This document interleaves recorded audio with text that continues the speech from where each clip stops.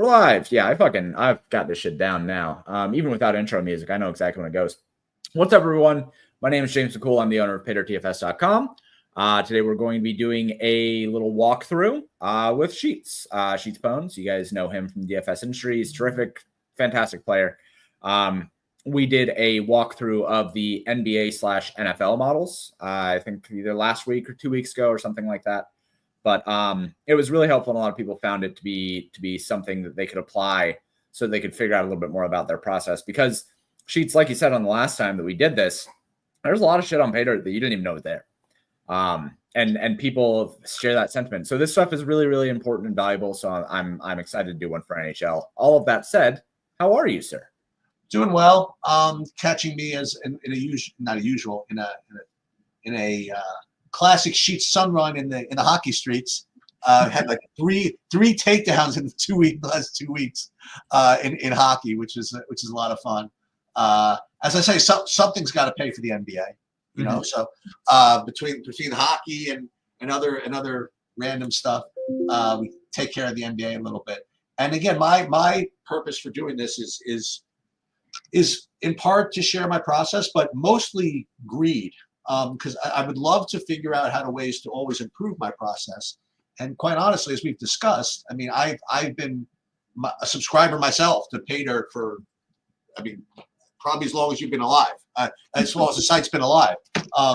And as you mentioned, it's hard, James, with like all this content and all this different stuff out there to really put in the time to dive into some of these sites that people subscribe to. Maybe not everybody subscribes to so many sites as I do, but I know that sometimes less is more, and you subscribe to all these sites and you're like, okay, I'm going to take this from this, and you never really get into it, you know. And so like right now, I have my processes. I have my own way of doing projections. I have a set of projections. Usually right now, I upload my custom projections to SaberSim, run my portfolio. X out my bow wow stack, so I only have the 6s, 5 2s, and 4 3s. Sim it using whatever SaberSim simulation field gives me. Upload if I remember late swap, and then leave it up to the DFS gods. Okay, yeah. That's literally the extent of my process, which is, you know, hashtag whatever works. But listen, when Tiger won the Masters, the U.S. Open, by like 20 strokes, the first thing he did afterwards, he completely changed his swing. You know, you always want to get better, and it was very revealing when we went through the last sport that we did to even see like all the different things within Paydirt that I literally had no idea existed. And it's going to be up to me to figure out how to actually employ that into my own process. But one thing I will say is that, you know, we've had many discussions about what Paydirt is over the last year or so.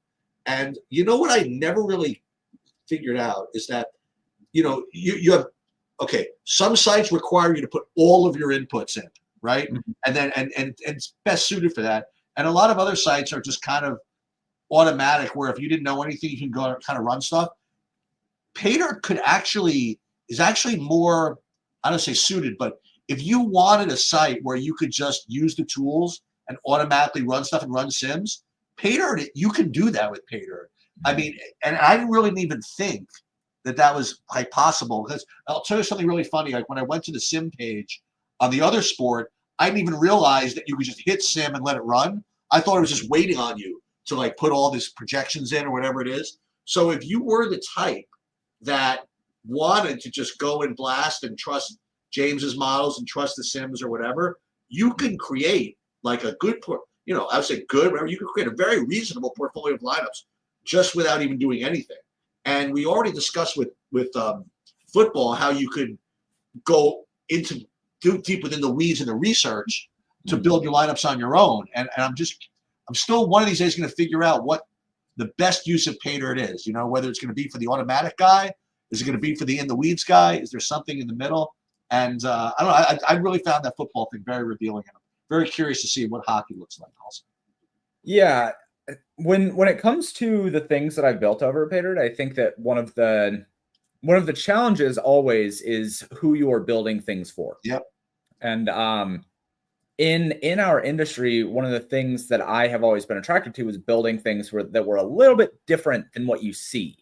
everywhere else. Like building out median projections, everyone's doing that. So, you know, in actual business, right? Like in actual business economics, if you build something that everybody else already has, your product either needs to be better than everybody else's product that they already have, or you have to be able to market it better.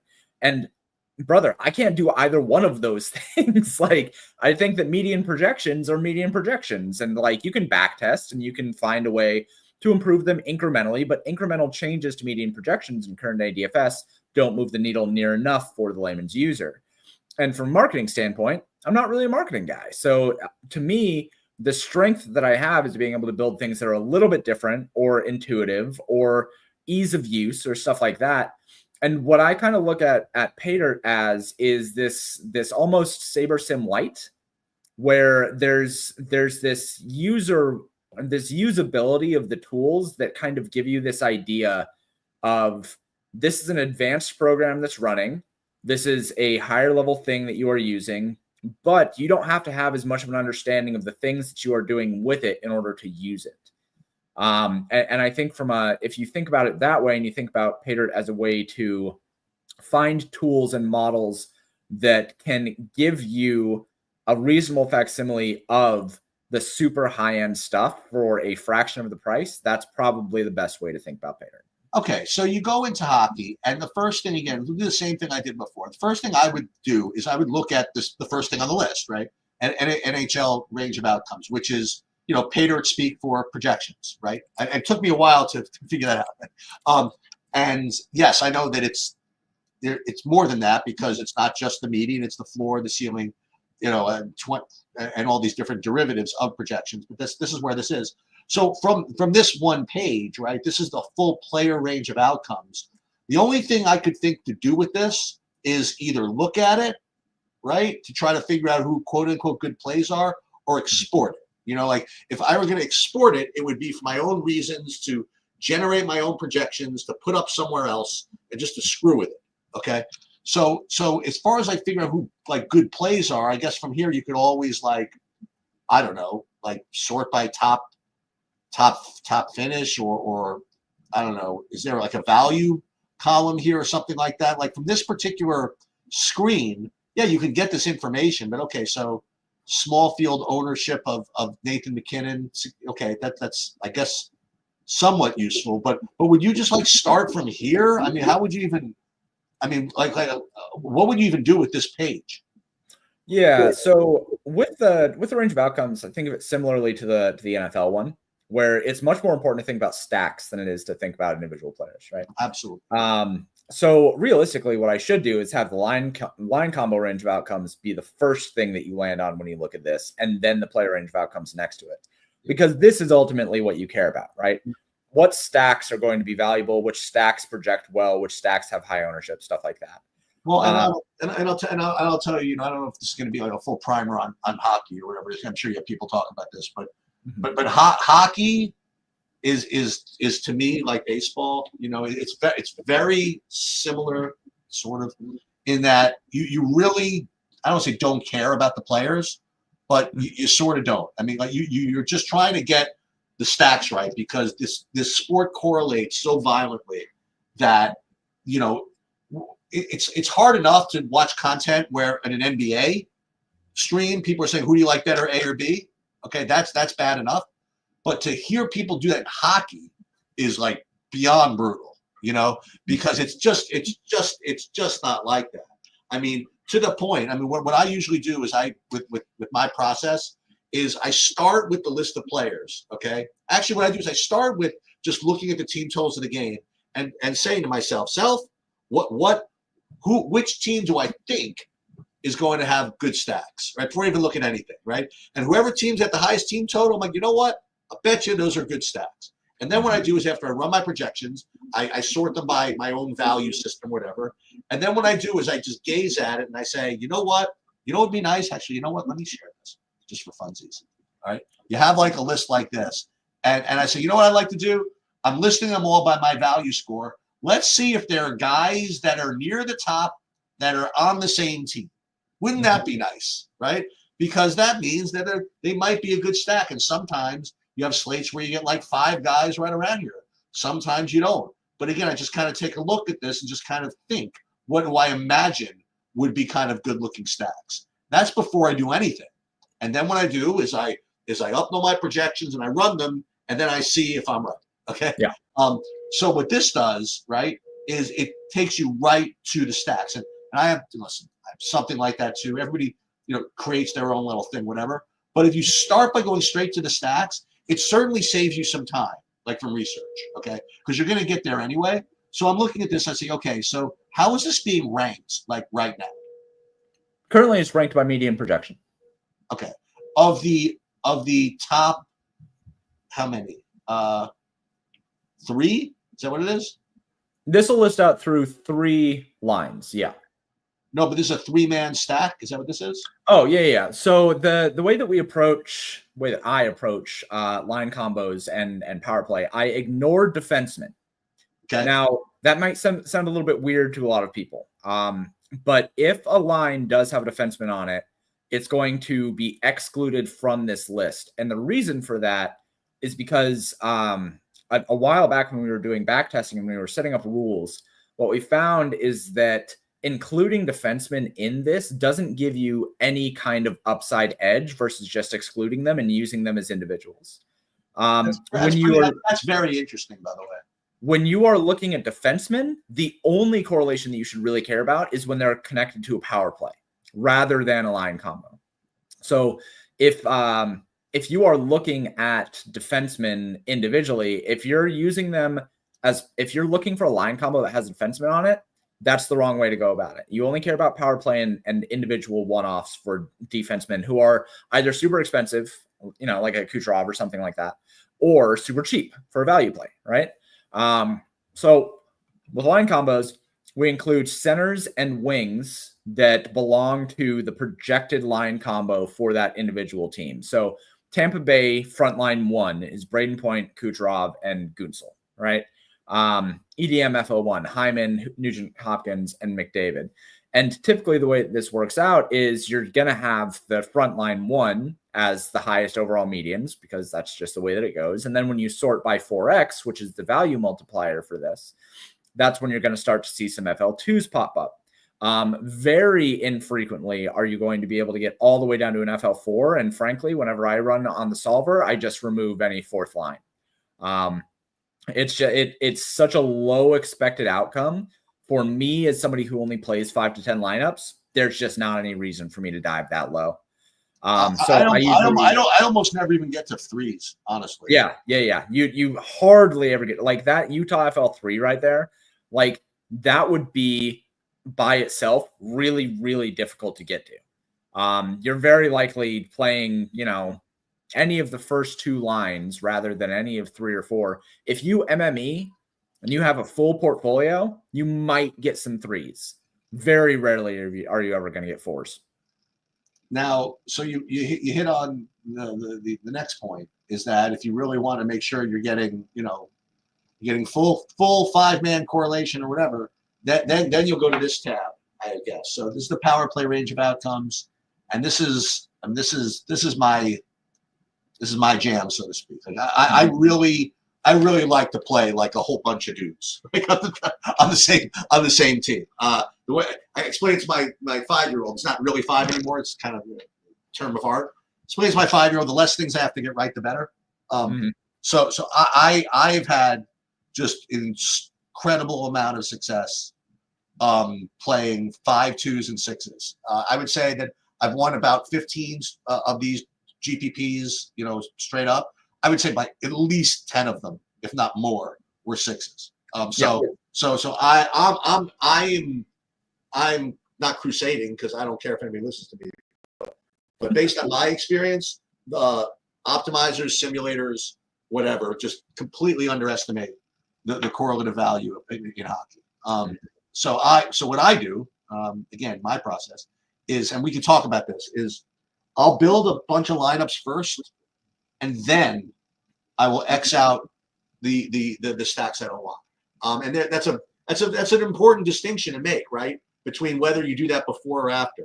Like if you set rules before you build your lineups that I only want 6s and 5 2s, for example, let's say, or in any sport like football, whatever, then you really run the risk of getting some really awful lineups, that maybe you wouldn't want. But if you start by giving don't put your take on it, and then you back into what you want, or you filter after the fact, I think you have a better chance. But again, from a research perspective, when I would look at this, okay, Colorado looks good, Tampa looks good, Edmonton looks good. This is just, again, based on median. And if you went to 4X, that's the value one. Yep. Then you would get to Nashville Power Play 2 or whatever. I don't know. I don't know if I get to that. I don't know if I play people like this. I really don't. So okay, this is all great, right? So what do we do with this? And we got to build our lineup somewhere, right? So we can either download these somewhere and upload them with an external projection, with an external optimizer, or use one on site. Now, the more that we can have people do on site, the better, right? And the less people have to go somewhere else, the better. So the next thing I would say is, let's go, I guess, straight to contest sims. So let's take pause on that really quick, because I do think that the way that I usually go about it is kind of similar to the way that you do, where before I even run anything, I want to know what I'm looking for. Okay. Because similar to the way that I do it with baseball, like projections are going to tell me something that is almost not useful. That they will tell me for pitchers in baseball, that is useful, but for hockey, there's almost not a single projection that I'm looking at that is like going to tell me anything about the players that I'm going to play. What I want to know about is upside, and that upside relative to the price. So the range of outcomes is valuable in doing that, in being able to say, hey, we simulated out these lines against each other, and these power plays against each other, and these players against each other, and here's some information about how they all stack up against each other, right? And really quick, I should say, these are all ran individually of each other. So this is not the line combos are ran in the same system as power play and individual players. These all have their own dedicated sim in the back end. I see. Okay. So that's an important distinction to make as well. But this is going to tell you a little bit about like where you likely are going to find the best medians and where you're going to find the best floors and stuff like that. If you go up to the research sheets, I do want to point out another thing that I think is really valuable and that I use almost as much as I use the player range of outcomes, and that's team matchups and line market shares. So similar to the way that we talked about the NBA research sheets, I think the NHL research sheets are really, really undervalued in that these can give you a lot of really valuable information about the upside of teams and lines that you're not going to find just baked into the projections themselves. Like these do have some influence on the projections, but they're separate models. And so you're going to find some separate things about them.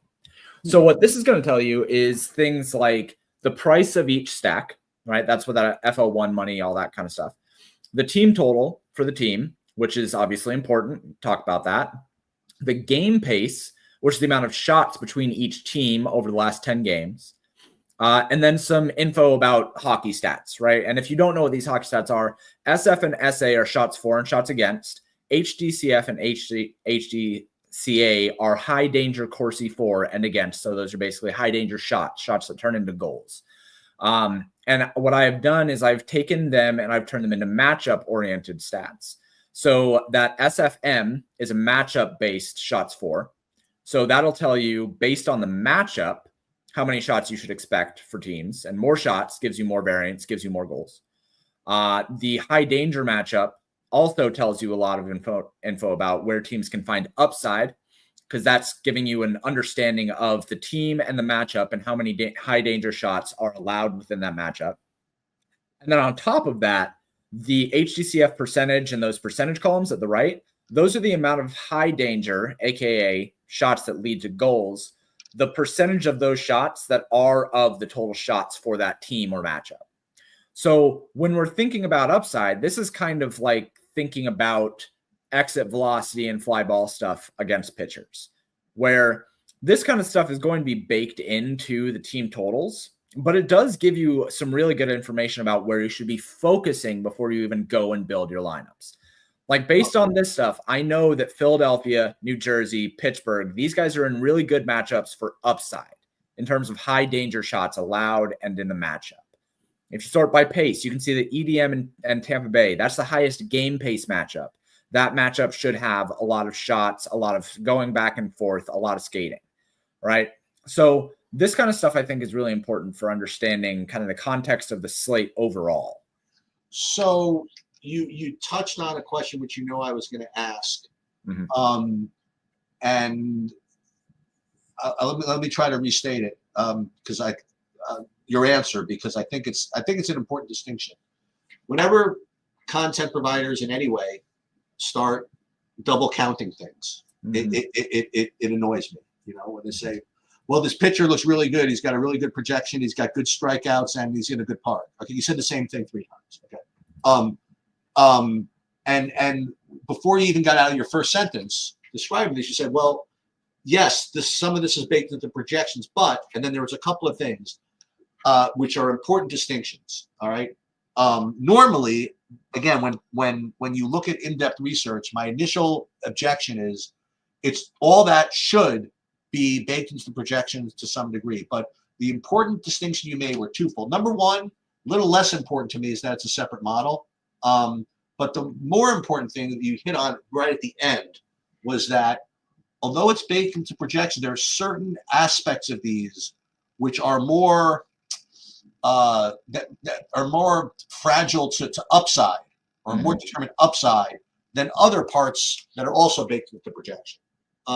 So if you have, I don't want to say ties, but if you have lines that look pretty, really, really good, if you're playing, again, depends what you're playing, right? If you're playing MME, you want, real high scoring, high risk GPPs, then you'll want to have this column, I guess, be a column either to break ties or, again, just to get an idea of what you're looking at before you even get started. That, like, if you, like, for example, let's say you get like a whole bunch of any of these teams, right? You won't worry as much about getting so much of them, because you know what? You have this one metric here that is correlated to upside.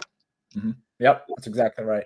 So for me specifically, I am a single entry or 3 max player, right? So I have to make decisions. I can't just play a bunch of teams. So if I am getting ready to build out, I go and I look at the line range of outcomes and I say, okay, I know that I like team A, B, and C. And then I go here and I say, okay, well, so teams B, C, and D are the ones that look really good from an upside perspective. That kind of helps me say, all right, maybe I have a little bit less interest in A if they show up, right? I should have a little bit more interest in B and C. And then the other point on that of tying in upside, to speak a little bit about things from an algorithmic perspective. When you are doing simulations of a sport like NHL, it's very hard to do so.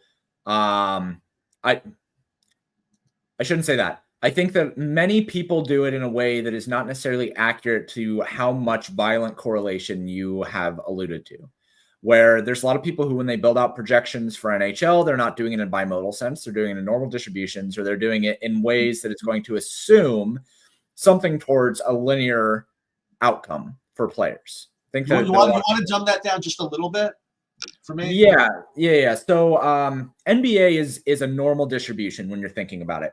When you think about the outcomes for NBA for, say, points distributions, if a player has a median outcome of 20 points, then we can assume a normal distribution where they're at the middle of that bell curve for 20 points. And then you have their ceiling, which is a 75th or 80th percentile over on the right. And you have their floor, which is the 15th to 20th percentile on the left. And within reason, they're going to land somewhere between their 20th and 80th percentiles, right, in a normal distribution. But that doesn't really represent what NHL is, right? I mean, when you think about what NHL is when you take a shot, it's not a normal distribution that it's going to go in or out. We're dealing with non-binomial distributions, and we're dealing with what's called a bimodal distribution, which is actually 2 bell curves next to each other and looks like pair of tits. So you actually have the most likely things are either that you're going to be somewhere in the middle of one or the other, but it's very unlikely that you're going to be in the middle. Okay. So when you are simulating out NHL, you have to do 2 different things. You either have to do it in a bimodal distribution, or you have to do it in a truncated distribution, which is the way that I approach it. And a truncated distribution is kind of a mix of those things, where you say, instead of it being a perfect bell curve, the bell curve is slanted over to the right. So the vast majority of the outcomes are going to be 0 to 1, and then you have a long tail that is somewhere between 1 and 20. So the median is actually lower than the standard deviation of the ceiling. I know that I got super math based there, but I think that's okay. That's okay. And so, but that is part of, well, you know what? Part of the, I would say issues, but part of what I would like from Paydirt is when it runs the sims to give it a little more detail, like where it all came from. Mm-hmm. So it is good to hear at least, you know, a little bit of the math behind how it's all set up. That's for sure. Yeah. I can fucking talk about this all day. Yeah. But all of that's a long way of saying, and very mathy way of saying, I like to use the slate matchups to say, okay, since I know that this is not a normal distribution and there's a tail, there's a ceiling that has tail outcomes, I want to be able to focus on the things that might have a longer tail outcome. Because it's a black box in the algorithm, I can't really tell you exactly what that tail outcome is from a measurable standpoint. But using this stuff, I can tell you that the more high danger shots somebody can take, the longer their tail is for their ceiling. So what do we have with line market shares? Yeah. Before we move on to that, I wanted to answer this question. Are you saying that any given defenseman's correlation with the line is the same as other Ds on his team, or that they simply don't correlate with forwards at all? There's always going to be correlation between line mates. But what we have found is that the correlation that you get from pairing a defenseman with his wings and centers in line is not near as valuable as the correlation that you get when pairing with a full power play combo. And I think the reason for that is that the more players that you involve in the correlative cluster, the more points extra that you get on top of their median projection. So it's not that they don't correlate with the other line mates, it's that they correlate significantly more with their power play combos. So I just wanted to answer that really quick. First of all, I didn't see where the chat was, and I would like to shout out. I didn't even see that was Adam Perry coming from the chat. I don't know if you're familiar with him. I know Adam for quite some time. I haven't heard from him in a while. Adam, I hope you're doing really, really well. He's one of the real learners out there. You know what I mean? Like he always asks a lot of challenging questions, and he's really like super sharp. And I think he started doing his own content at some point as well. And I certainly wish him nothing but freaking successes. He's one of the good guys. So glad I caught up with him, at least the tail end of the question, at least. Yeah. But yeah, move on to the line market shares. Line market shares are really cool too. So what we are looking at with the line market shares after it loads, this is going to tell you information about the distribution of points, goals, blocks, assists, stuff like that within each line combo, and it's sensitive to the team total. So this is a top-down model. For those that don't know what that means, top-down means that it assumes based on macro variables, things like team totals, it'll break down from there. Rather than bottoms up, you're building up towards the team total.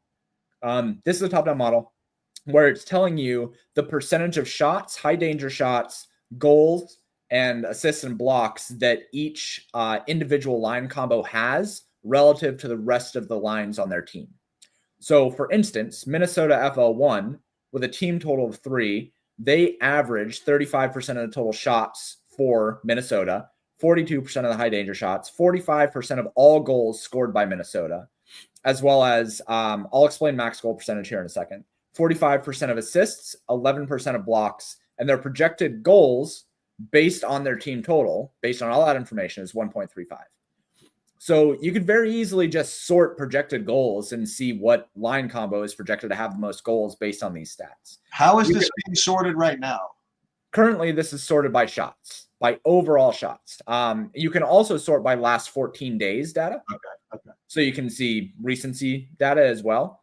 But this is really, really good for context as well. And all this stuff is, before we even build, this is all context for teams, right?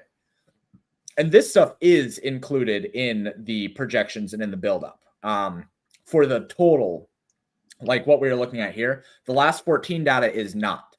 So again, that distinction is really important. Somebody in the Discord, Pablo, who we do streams with all the time, he was the one who actually pushed me into making the last 14 the recency stuff, because he wanted to see how teams are performing in the recent sample as well, and I had only had full year. So This is really cool for context and, again, for understanding where the distribution is for teams based on their upside. Well, what's again, we're trying to find something actionable. I will tell you in advance that one of my big struggles after I did my normal process, now again, the slate doesn't start now, so I'm gonna have to do everything again. My one issue I was having is why I'm getting like a zillion% Minnesota. So like, again, like, I'm not saying that this is you start from here and you get to there, but if I already ran this and I get some kind of validation by a metric like this, that would be or a chart like this, that would be very reassuring. Now you know your systems better than everybody, and one of the thing that I always like to have fun with is knowing my projections, knowing how my own Saberton works. I'd like to predict, like, before I do anything, like what I end up getting. Like, what do you think, based on what we've seen so far? If you haven't run anything yet, what do you think the Sims are likely to churn out here? So based on everything that we've seen, I'm going to guess that we're going to get a lot of Nashville. We're going to get a lot of Tampa Bay, and we're going to get a lot of Colorado. Okay, not Carolina. They'll be too owned. Probably not going to. Well, we'll get some Carolina, and that's just as a function. What it's going to say is we'll get Carolina, but it's going to say that Carolina is overowned. That's what I figured. Okay, that's my guess. All right. Really quick. He said. Go over to the game logs correlations model, because you'll recognize this from NBA. But regarding correlation, the one reason I think that may be off is because the top D pairing tends to get more minutes than pairing 2 and so on. So D1 is going to have overlap a lot with time on ice rather than any given strength line. Yeah, that's right. The thing that you focus on the most when you're looking at playing a defenseman is he going to get time on ice? But then after that, when you're looking at who to pair him with, I have found that pairing with a power play is the thing that is like the next biggest piece. From a projection standpoint, time on ice is king when it comes to defensemen, because that's where they're going to get blocks, or they're going to get shots, opportunities, stuff like that. But then when you're building out the way that Sheets does and the way that I do, since we're not looking at projections as much, the thing that we need to count on is that we are maximizing the correlation that we get within our lines. And that is what I have found based on D's in the power play. Okay, so where are we? Game logs? Couldn't imagine ever getting to the screen. So tell me why I'm here. This is very simply just for people that like to dive into the data. Yeah, very good, very good. Okay. It's another one of those things where super users could come in here and you can download this entire thing. You can export the entire game logs. It is downloadable. You can see a whole bunch of different things like rebounds and assists and points and all this different kind of stuff, right? This is a super user thing. The one thing that you would likely use is the correlation matrix, which is going to tell you, as we're talking about correlation with D-men and power plays, this is going to tell you things like the fantasy performance or the time on ice for players within a line and the correlation between them. So if you just choose a team here, you can see what the correlation is between players on that team from a fantasy perspective. So again, you and I are not likely to use this in our process when we are building out multiple lineups. Right. But for me, when I build out a single lineup, right, I want to kind of know the correlations between players and think about that when I'm trying to, say, build in a one-off. If I'm building out like a 4-3 or a 4-2-1 or something like that, if there's somebody that maximizes my correlation within a certain price range, I'm probably more inclined to try to use them. But similar to what that kind of the overarching idea of this is for super users who want to have an idea of how to best maximize their process for single entry, 5 max, stuff like that, rather than building out for MME. That being said, one thing that I like to use correlation matrices for is setting up rules to avoid players who are significantly negative in terms of their correlation. So for NBA, what I use it for is if there's a significant negative correlation between fantasy points for shooting guards specifically, I'll set rules to make sure that I avoid having those guys together. And you don't trust your Sims and your whatever to just automatically get that for you? I mean, I do, but like when I'm building on the solver, right? Like I don't trust that the solver just in optimizing is going to be able to do that. Right. That's true. That's true. Yeah. So in NBA, that's what I use that a lot for. For this, I use it for time on ice. You know, I do like to kind of look and say, okay, well, if there's a significant negative correlation for time on ice between two players, it means they barely ever share the ice together. They're not crossing on power play or lines or anything like that. Because while line combos and power play combos are something that are valuable and can tell us a lot, they're not absolute and they're not concrete. Sometimes guys will get on the ice with each other that aren't necessarily supposed to because of coaching decisions. So I do think that it's important to kind of think about that kind of stuff if you are playing consistently and have an idea of guys that may or may not share the ice together if you're not using something that does this stuff for you, like a Saber Sim or a Contest Sims or stuff like that. All right, so let's get back into here and let's just go. We did this. Well, before we, people can wait another few minutes. We'll do this in a second. So let's see the betting tools here, just because I've never clicked on this. Is it going to be similar to the football one? Mm-hmm. Yep. The only thing that I don't have included with NHL is going to be a game model. I did try to build a game model, and I built a game model that was exactly fucking break even. And I said to myself, fuck that. I'm not going to maintain a model that is like exactly break even or plus or minus 1%. When you look, the funny thing about when you look at lines for NHL, every single game environment is somewhere between a 5.5 and a 6.5 overall total for the game. And like every single team has the same spread. Some of them in massive blowout situations might have a spread of 2.5, but typically it's 1. Like it's similar to MLB. I think that I can beat MLB totals, and I think I can beat MLB spreads because those game environments go farther than 6.5. But for hockey, man, I can't beat it. So I stopped trying. So this is not going to have the same thing that football did, where it gave your best, bet of the day or whatever. Not for the game level. If you do the stat specific simulations, you can still find all the best props to lay based on up to the minute props that are loaded. So if you just go and simulate all props or go to DraftKings, right, and then simulate the prop category, then it'll tell you all the bets that have a specific plus or minus EV, all that kind of stuff, right? Just like that? Yep. And it broke. Okay. So look at that. It's not a good all right, fair enough. Yeah. But it does work as soon as I go and take a look at why it broke. Okay. It does work the same as the NFL and NBA ones, where you run the stat-specific sims, and then it tells you what the top overall edge is, and you can just go lay those bets. Pivot Finder, we went over for football. I presume it works the same. Let's see. All right. So again, like let's say who's going to be top X owned, right? So we're going to look at the top 20. Wait, so the top 5 owned players, I guess. Yep. Plus 300, all positions, right? Yep. And then this one, simulate appropriate pivots. Yep. And then it'll tell you the pivots for those players based on a threshold of $300 and 3 median points. So typically you're going to use this after you have built your lineups, or when you are building out rules for something like the solver or lineup HQ or stuff like that.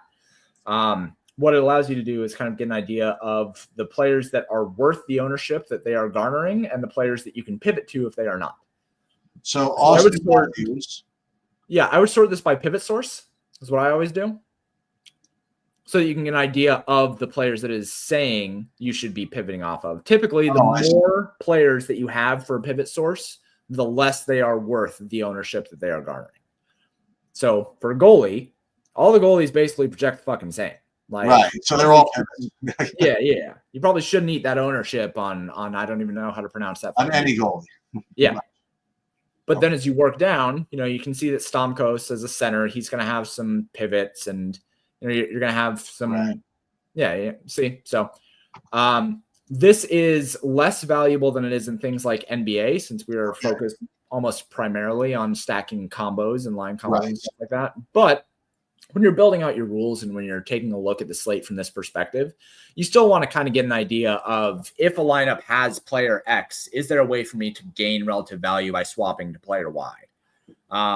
And if you're playing single entry or 3 max, that can still be valuable even after you've built your lineups, because sometimes you'll build out your lineups and you'll say, all right, so I have the most popular FL1, I have the most popular FL2, and then I have the most popular D-man and the most popular goalie. And it's like, well, shit, I got to get off one of them, right? So then you can go in and you can pivot off of there. Something that would be cool that I just thought of while I was giving that little talk is a way to build in the pivot finder to also take into account line combos. So you could run a full line combo and say, is there a swap off of Minnesota FL1 to Nashville FL2 or something like that? That's a cool idea. How same question, but how often do these models update? So I will run them once in the morning at around 9 a.m. and then I'll wait until afternoon skate. I'll run them again at about 2. And then I'll run them again at 4-ish to get ownership more solidified using ownership aggregates. And then I'll run them again at about 6 p.m. Eastern as we're moving towards the end of the slate. These ones don't need as many updates as NBA, so this is kind of more touch and go. But I do update through the day. So we're in the contest sim area. We're going to go large.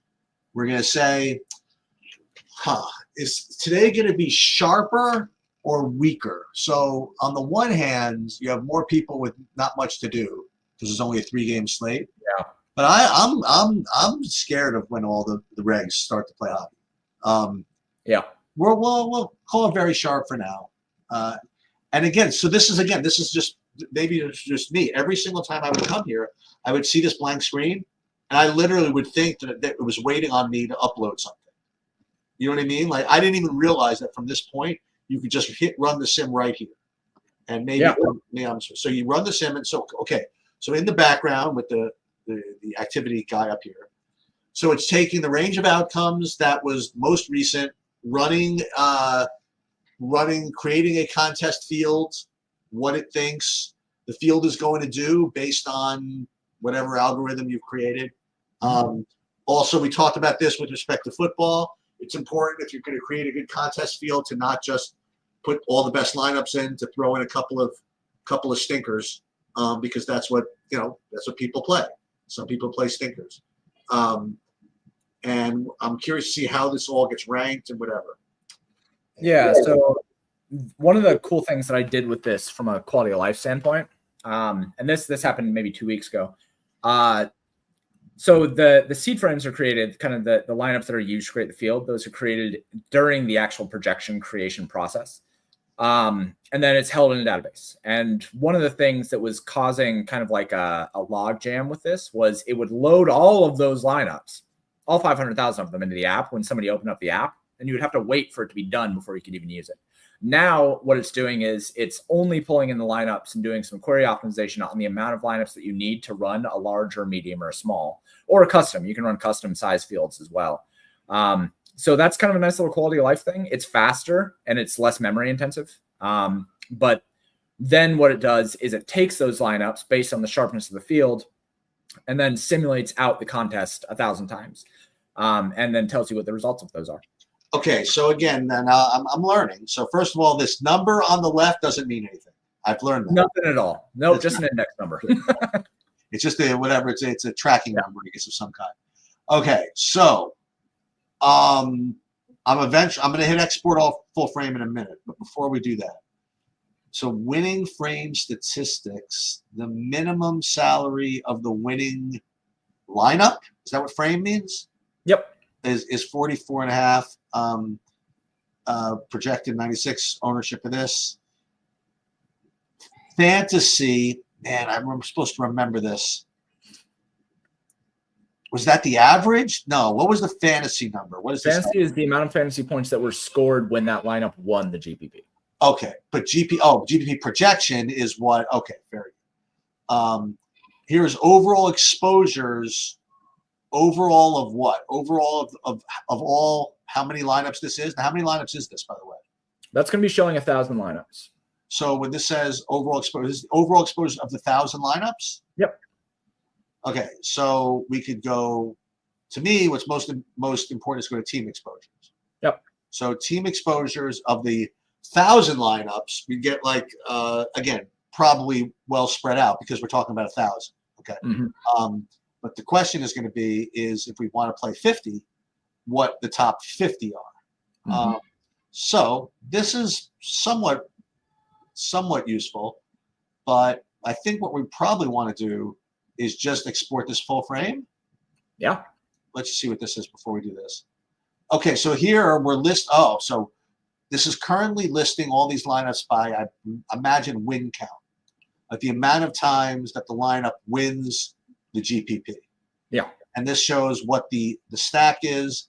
This one, NA, is that no stack? No, that's Nashville, and that's a bug that we just found on stream. That should be Nashville. So that is actually fragmenting between Nashville and NA are considered Nashville. That's and CA is Carolina. Carolina. Yeah. I'm used to these 3 letters. Okay. So we export the full frame here, and then we're going to look at this and see what all this is. So this is just going to be a spreadsheet, right? Okay. So this okay. So if we did this, and let's just say we did the top, however, 50 lineups, how do we know what percent owned of those 50 is a certain team? So down in if you go down to the exposures, that is going to tell you after I fix the bug, right when we get off of this, okay, the amount of team exposures that you're going to see. So when you open that up, it's telling you how often a team was stacked in the winning lineups. Okay. So I would so here again, if you wanted to, you could sort these however you want. I imagine. So there's no sort by ROI, right? That's what I'm all used to. No, and the reason for that is that it's two-pronged. One, when I built this algorithm, I did not have the ability to pull in the contest data, right? Okay. So the hard part of this is if you're going to measure out ROI, the thing that you actually have to have is the contest structure that you are simulating.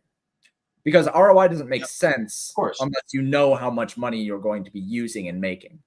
Okay. I do have the ability to do that now, but I have not built that into the system yet. So in the future, near-ish future, probably in the offseason NFL, I'm going to be building out some ROI measurements. The second part of that is that I think that because there are so many moving parts to managing ROI, that I think that nobody really does it in a way that is accurate. And one of the things that I have been really adamant about, especially in this industry and critical of with this industry, is putting something together that is at the very least a reasonable facsimile of accurate towards the thing that you are aiming for. It was the biggest issue that I had with the whole contest sims movement when it happened last year, was that nothing was actually accurate to what people were saying. They were just simulating lineups against each other. Now, the products have gotten better in the industry. SaberSim is still, I think, the leader of the industry in terms of contest sim packages. But even then, I think that there are some warts that you can attribute to things like measuring ROI and EV based on the accuracy of the field that is being created. Okay. So there's a lot of things that I'm kind of wishy-washy about when measuring ROI, and I won't build something if I don't think I can do it correctly. So here is a bug that I found before, which is still there. I just wanted to show you. So if I download these and I sort them by win count, for example, you have all 4 of these lineups the same. That's because it has won the GPP 4 times. I know that, right? But if I'm trying to pick which 50 lineups to play, it's problematic if I do it from here. You know what I mean? What I would say is it's a feature, not a bug, but you would like that feature to be different. And I can do that. That's easy to do. Right. So I mean, back to my question. So I've run all this. Which 50 lineups am I playing? You know what I mean? Like from this, I've run the Sims. How do we want to rank these? I mean, which of these things do I want to play? So from a super simple standpoint, if you just wanted to jump in and use this, what I would say is you should probably sort it by either projection or by GPP projection. I think projection. Okay. I think that both of those are very valuable. And I think that it'll put you in a position where you are going to be maxing out your salary as well. You should be paying attention to the winning frame statistics and staying somewhere between that median and max in salary. I think that's another important thing to say as well. But from a very simple user standpoint, if you just wanted to sort by GPP projection and use one of the top 5 or 10 lineups, you could absolutely do that. I use it in combination with the research sheets that I have built out, right? And say, okay, so I know based on the research stuff that we saw that Tampa Bay is very valuable, Colorado, Nashville, stuff like that. I know that I like those quite a bit. So I'm going to be looking for more of those in these lineups. What I like to do is export it and then do my Excel magic and find a way to sort out those lineups in the exported Excel, and then do some pick and choose based on ownership and projection and stuff like that. So I will encourage you to make this change. Let's say I wanted to sort them by, what did you say? GPP projection? Yeah. So again, if you do this, I'm pretty sure. No, it might not. Hold on. By fantasy point projection? Hold on then. Or just the smallest. I just hope that we don't get dupes here for the same reason that we were getting dupes when we sorted by win count. You'll get considerably less dupes doing it this way. And the reason for that is because the fantasy score is dictated by the individual contest sim that ran. So even if a lineup wins 4 times, watch. So sort that by win count. The fantasy score that won each and every time is not going to be exactly the same. So you see one. Yeah, I see that. I see this. I see this. So with that second set, that one that won 3 times, like you're going to see that one be different. Oh, I see. So even though this won 4 times, it didn't win with the same score all 4 times. Right. So that's why it's okay to sort them, let's say, in this way. Right. But to your point, I can make it so this export removes duplicates. Like that's a very, very easy thing to do. Yeah. And I think it's a worthwhile change. And again, listen, I'm asking for what I'm asking for, but it would be nice to be able to go more min uniques if I felt like it or whatever, and to make your rules like min salary and stuff. Like I don't care. Like if this says 44.5 and I got to it, I'm playing it. I don't really care. Yeah. But I know some people might want to throw up playing 44.5. Well, we could give them a Paydirt barf bag if you want, if it bothers them that much, I guess. Okay. So what did we end up getting here? How do we even know what we got? So once I fix the bug that is showing up, then we'll know based on the team exposures the most likely teams that we should be looking at, and the amount of teams that we got. You can also go through and you can see, when you take a look at the winning, if you go down and look at the exposures and you look at the overall exposures for like the players, you're going to be able to see kind of like where the biggest focus is, right? Like we have 2 Nashville, 2 Tampa Bay. If you sort it by exposure there, then you're going to be able to see like these are the players that we have the most exposure of. So that's going to give you a little bit of information about what teams we ended up wanting to stack. You know what's awesome about hockey? This is what I love about hockey. Like NBA, we could have 7 different sites with their projections running sims, and there'll be so little difference between the lineups. I mean, honestly, I've done this. Yep. You can take forget that. I mean, you change one setting in your hockey, even your own projections. You're going to get just completely different things. It's like the ultimate rocket ship theory. You're off by 1 millimeter, everything is different. Oh yeah. So I guess in summary, this has definitely been more of a how to use the tools thing than a slate preview. But just for funsies, I will say what I would be doing right now is I'm based on my process, getting all kinds of Minnesota for some reason. And again, I am also feel a little bit validated by that metric. And depending on my settings, I'm either if I want to just play the best plays, I'll play some Carolina. But if I want to try to win something, it would be Minnesota and the team that you mentioned before, the Nashville. Yeah. So those are my three top owned: are Minnesota, Carolina, Nashville. I'm probably going to end up getting rid of some of the Carolina. But again, we're more about process than anything else, and I think this ended up being extremely useful. Yeah, absolutely. I think that NHL is one of the sports where so much of it comes down to personal process. MLB and NHL, I think are both very, very, very heuristic based, and very much so like everybody approaches it in a different way. So doing a breakdown of how I use the tools is going to be less applicable than it is for like NFL or NBA, where like kind of everybody just does. There's certain ways to do things in NFL and NBA, whereas NHL I think is much more open ended. It's one of the reason why it's one of the best DFS sports. Yep. I think that NHL and MLB, frankly, are considerably better than NBA and NHL. And if the prize pools were flipped, I think everybody would agree with me. But now, which ones do you think are better? I think MLB, I think baseball and hockey are considerably better than NFL and NBA from like a how to build and process standpoint. I think they just kick the shit out of both of them. Listen, I know that NFL is supposed to be all soft and everything like that. I'm pretty sure that that's my worst sport. Yeah, no, I mean, it's hard, dude. And the reason why it's hard, that we can go into a whole thing on why NFL is hard, but like people are like, oh, well, there's so much dead money. Yeah, but also you have the best players in the world putting all of their effort in NFL because that's where the prize pools are. So like, yeah, you have maybe instead of just 15% of the pool is dead in baseball, 20 to 22% is dead in NFL. Sure, fine, it pays the rake. But then in order to win the GPP, which is where all the money is, you're fighting with the best players on the planet who are putting their entire bankroll into play every single fucking day. Yeah. So like, yeah, you have a little bit better min cash equity, but your EV is not actually better than it is in something like MLB or NHL, where you have these violent correlations and really violent swings, and first or last is really what matters. Yeah. So I don't think that NFL, while it is softer, it's harder to win. It's a skill ceiling thing.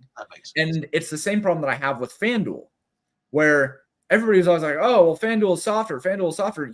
Yeah, because everybody can build the best fucking lineups. Like that, it doesn't mean that you have better win equity. It means you have better min cash equity. So you feel better about the lineups that you build, and you can build higher projected lineups. But that doesn't mean that you can beat the field better. So I just think that people look at it fundamentally wrong. And the way to find a really good DFS sport is one where you have violent volatility, you have a lot of correlation, and you have skill expression, which, to your point on NHL, you tweak one thing in an NHL process and you get vastly different lineups. Yeah. And that's where you can really find the good players from the bad players. I think the good players, the reason why you don't like when DFS players come into the NHL streets, like during the All-Star break and shit, is because those guys are good fucking players and it dilutes the pool. Yeah. Same thing, you know, when everybody is playing baseball at the beginning of the year for baseball is actually pretty fucking hard because nobody has anything and it's all process driven. But then you get in the middle of the year and those guys have moved on to other shit. Right. And like, then it starts to get softer. So it's all about how the field is going to play. And to that point, Perry, another good question. Does the sharpness toggle what stack types are played or just P owned? It does toggle what stack types are used. So the way that it works is if you are building out on very sharp tools for the contest sims, it's going to pull the best lineups from the seed frames. So the seed frames are built. Perry, I don't know if you tuned into the last one, but the seed frames are built on a process that basically tries to assume the strength of the field based on the most popular players that are going to be used as a representation of how good of players they are. And then it goes through the entire gambit of here's a section of really good lineups. Here's a section of medium lineups. Here's a section of shitty lineups. When you do this, the very sharpness, it tries to aim for using a lot more of the good lineups rather than the shitty lineups. And when you use the not sharp setting, it uses more of the bad lineups rather than the really good lineups. So that's the way that works. And that's where you have to think about DFS as a whole as well. So the Hatter, he's the one that does the tennis stuff? Yeah. Yeah. Oh, can't wait. Getting close. getting close for tennis to come back. League of Legends coming back soon.